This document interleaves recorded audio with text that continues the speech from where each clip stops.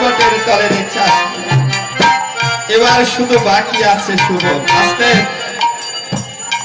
সুবল মনে মনে ভেবেছিল আজকে কানাই জিতে যাবে আর বলরাম হেরে যাবে। আমি বলরামের পক্ষে হয়েছি, কানাই জিতে গেলে আমি কানাইকে কাঁধে করে বংশীবটের তলে রেখে আসব। কিন্তু সেই আশায় আমার পূর্ণ হলো না।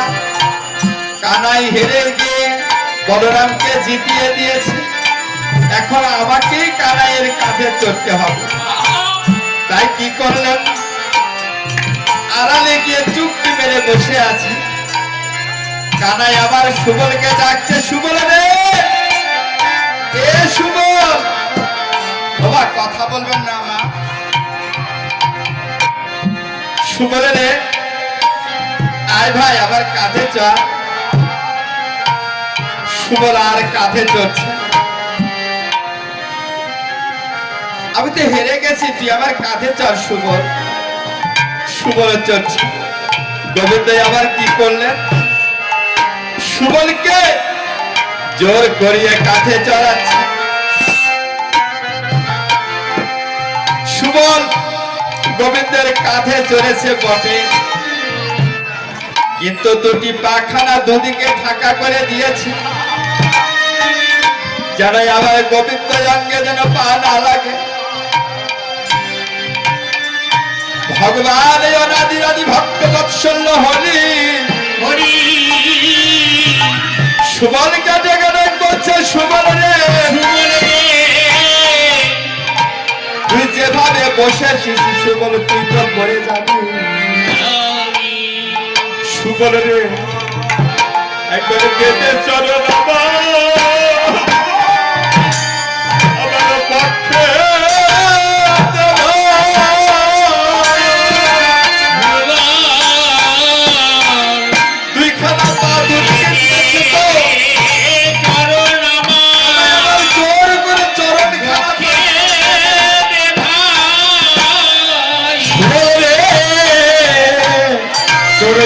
চরণ আমার পক্ষে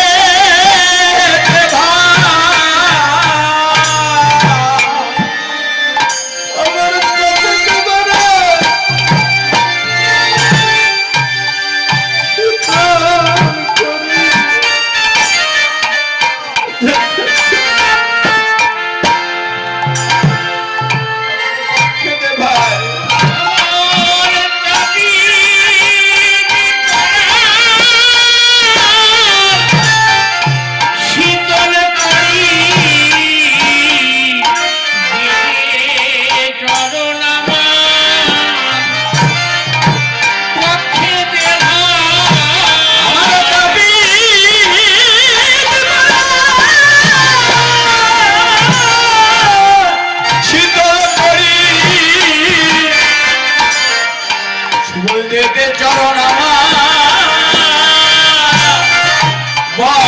পক্ষে দেবা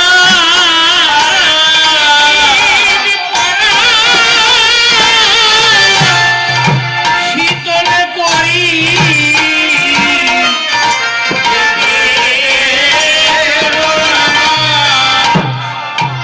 পক্ষে দেবা আর তাপিত করা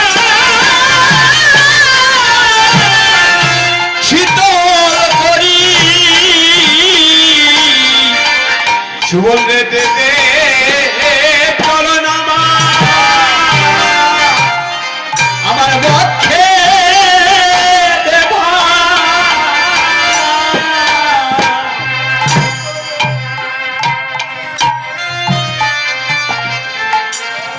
আমার দে দে চরণ পক্ষে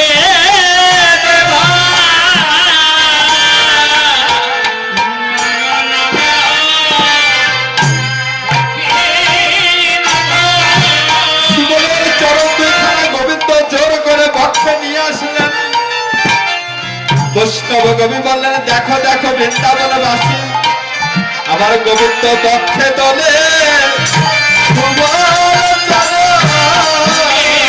পক্ষে দলে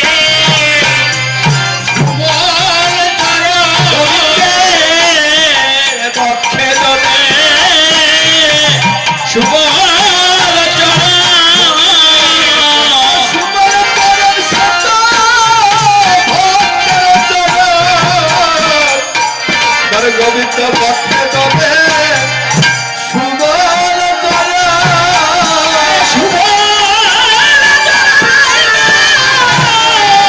গোবিন্দের চরণ গোবিন্দের পক্ষে দোলে শুভ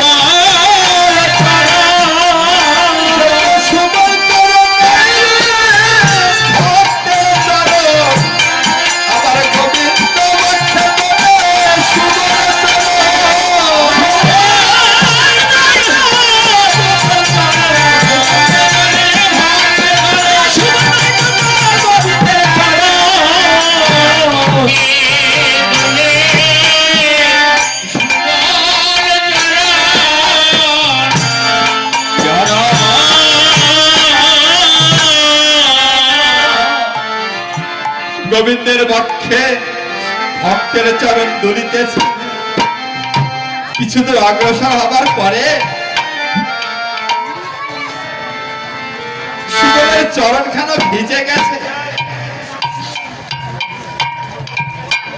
সুবল গোবিন্দকে বলছে, কানাই রে, আমার চরণে জল এলো কোথা থেকে? গোবিন্দ বললেন, ওই গগনে মেঘ করেছে তো, তাই মেঘ হতে পরিশোধ হয়েছে, তাই তোর চরণখানা ভিজে গেছে। সুবল গগন পানে চেয়ে দেখে, গগনে এক বিন্দু মেঘের সঞ্চার নেই। অমনি গোবিন্দের স্কন্ধ থেকে নেমে গোবিন্দ বদন পানে চেয়ে দেখে, গোবিন্দ আমার নয়ন জলে ভক্তের চরণখানা ধুয়ে দিয়েছে।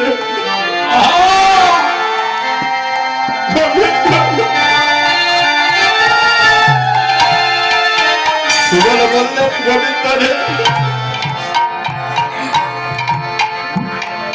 কানাই রে, তুই অমন করে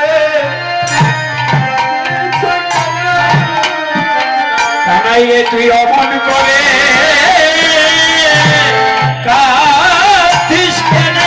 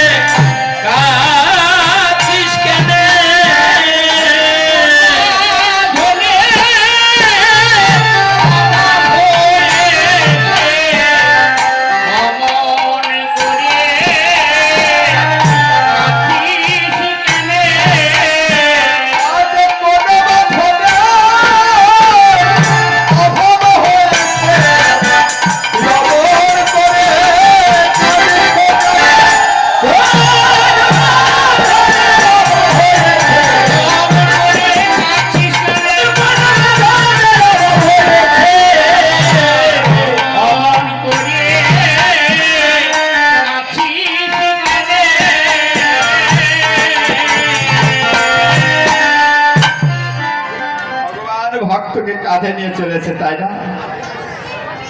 ভগবানকে কাঁধে নেবে ভক্ত, কিন্তু ভক্তকে ভগবান কাঁধে নিয়েছে। গোবিন্দ আবার সুবলকে ডেকে ডেকে বলছে, সুবল, এই মধুময় মধুর বৃন্দাবনে আমি কখন কাঁদি আর কখন হাসি আমি নিজেই বুঝতে পারি না। কারণ তোদের মতো যখন ভক্ত সঙ্গের সঙ্গ পায়, তোদের মতো যখন ভক্ত সঙ্গ পায়, সুবলের আমার কোনো কিছু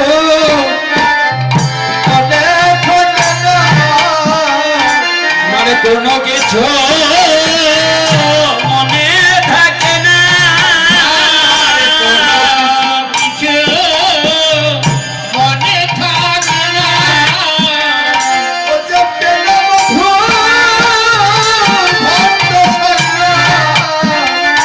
আবার কোনো কিছু মনে থাকে না।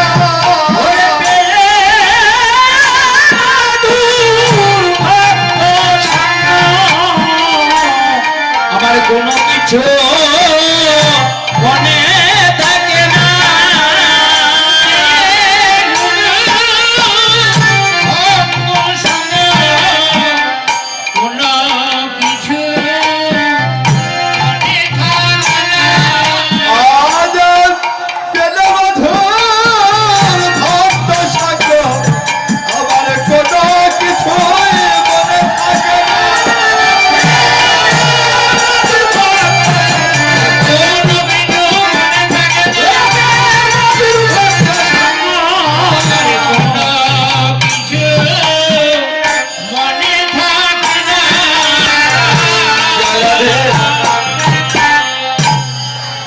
এবার মজার বিষয় হলো সুবলের বদনের সঙ্গে রাধা বদনের মিল আছে। সুবলকে দর্শন করে আধা ঘন্টা টাইম আছে এখন মিনিট আছে।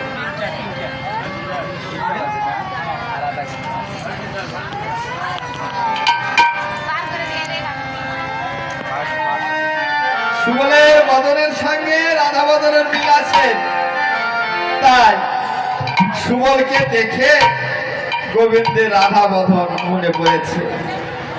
সুবলকে দেখে দেখে বলতে, সুবল রে, তোর কাছে আমার একটি মিনতি কি, যদি আমায় রাধা এনে